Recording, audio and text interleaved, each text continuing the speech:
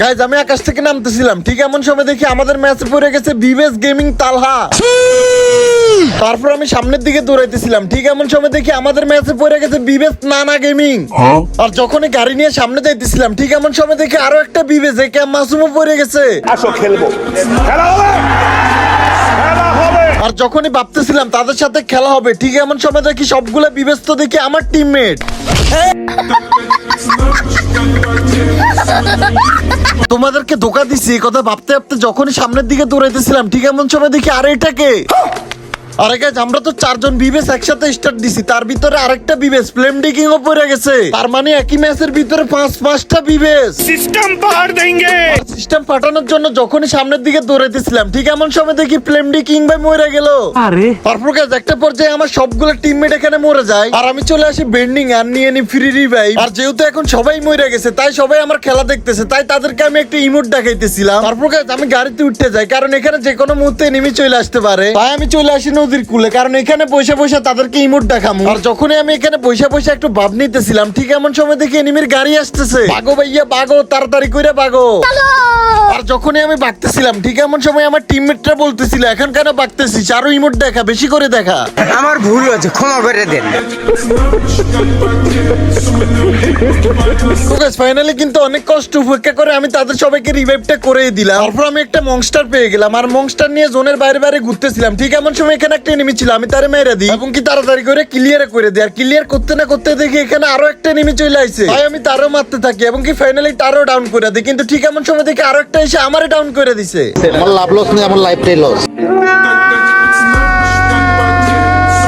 তারপর গাইজ আমি আবার রিভাইভ পেয়ে যাই, আর রিভাইভ পেয়ে ল্যান্ডিং করি এলশিপে। আর এলশিপে একটা এনিমি ছিল, আমি তার মারতে গিয়ে দেখি উল্টা আমি ডাউন হয়ে গেছি। আমার চ্যাটার বাল তো গাইজ এখান দিয়ে দেখি তালাভাইকেও ডাউন করে দিছে, আর এখান দিয়ে তালাভাইকে ক্লিয়ারও করে দেয়। আর মাসুম ভাই এখানে এনিমিদের মাঝখানে ফেসে যায়, যার কারণে ওনাকেও গাড়ি দিয়ে ধাক্কা দিয়ে ডাউন করে দেওয়া হয়। আর এখানে নানা গেমিং একা বেঁচে ছিল, যার কারণে ও ফ্রি রিভাইভটা নিয়ে নেয়। আর এখানে গাড়িতে উঠতে যায়, আর গাড়ি নিয়ে জোনের ভিতরে চলে যায়। তোমরা দেখো গাইজ এই জোনের ভিতরে নানা গেমিং ফ্রি রিভাইভ নিয়ে আমাদেরকে রিভাইভ করতেছে। গাইজ তোমাদের কি মনে হয় উনি কি ফ্রি রিভাইভ নিয়ে আমাদেরকে রিভাইভটা করতে পারবে, নাকি এখানে উনি এনিমির হাতে মেরে খেয়ে যাবে আর আমাদের স্কোয়াড এখানেই শেষ হয়ে যাবে? না গাইজ তা কিন্তু হয় না, নানা গেমিং এই জোনের ভিতরে ফ্রি রিভাইভ দিয়ে আমাদেরকে রিভাইভ করে দিছে।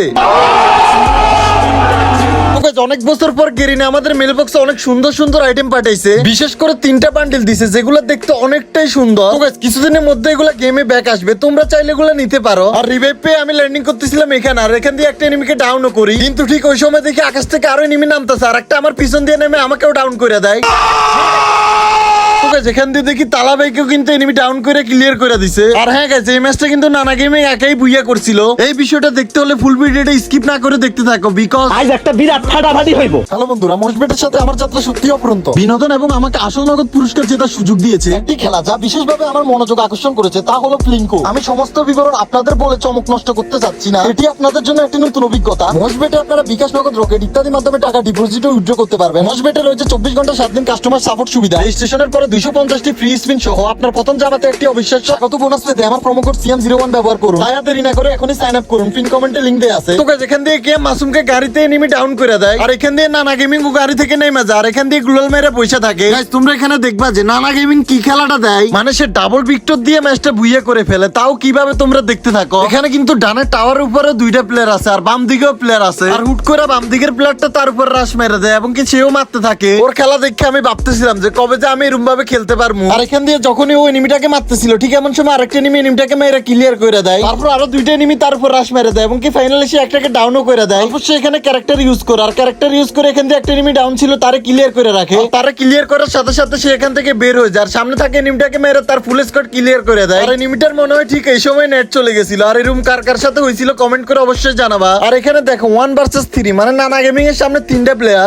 তোমাদের কি মনে হয় এই নানা গেমিং কি 3টা প্লেয়ারকে মেরে ম্যাচটা বুইয়া করতে পারবে কিনা? আর যখনই নানা গেমিং একটাকে ডাউন করে মেডকিট মারতেছিল, ঠিক এমন সময় শালারা স্কেলার মেরা গুলাল গুলা ভেঙে দেয়। নানা গেমিং আবার অন্য জায়গায় গিয়ে ফ্যাক করে মেডকিটটা কইরা ফেলে, তারপর ফ্যাকটা খুলে আবার বের হয়। আর ঠিক এমন সময় সামনে এনিমি থাকে, তারা মারতে থাকে। আর এই ম্যাচটাতে ডাবল ভিক্টরের যাতা কয়বার দিছে নানা গেমিং সে নিজেও জানে না। তার এসপির অবস্থা দেখো, সে এসপি নিয়েও ফাইট করতেছিল। তারপর এখান দিয়ে আরেকটা এনিমি ছিল, সে তাকেও ডাবল ভিক্টর দিয়ে ডাউন করে দেয়। আর বেঁচে আছে শুধুমাত্র একটা প্লেয়ার, মানে শেষ প্লেয়ারটা বেঁচে আছে। এখান দিয়ে নানা গেমিং এনিমিকে গ্রেনেড মারতেছিল, ঠিক এমন সময় এনিমি তার উপর রাশ মাইরা দেয়। তোমাদের কি মনে হয় নানা গেমিং কে এই প্লেয়ারটাকে মারতে পারবে? তো অবশেষে নানা গেমিং এই প্লেয়ারটাকেও মেরে দিল, আর আমাদের হয়ে গেল ভুইয়া। আর হ্যাঁ গাইস, ভিডিওটা কার কাছে কেমন লাগছে অবশ্যই কমেন্ট করে জানাবা। তো গাইস, আজকের ভিডিও এই পর্যন্তই। সবাই ভালো থাকবেন, সুস্থ থাকবেন, আল্লাহ হাফেজ।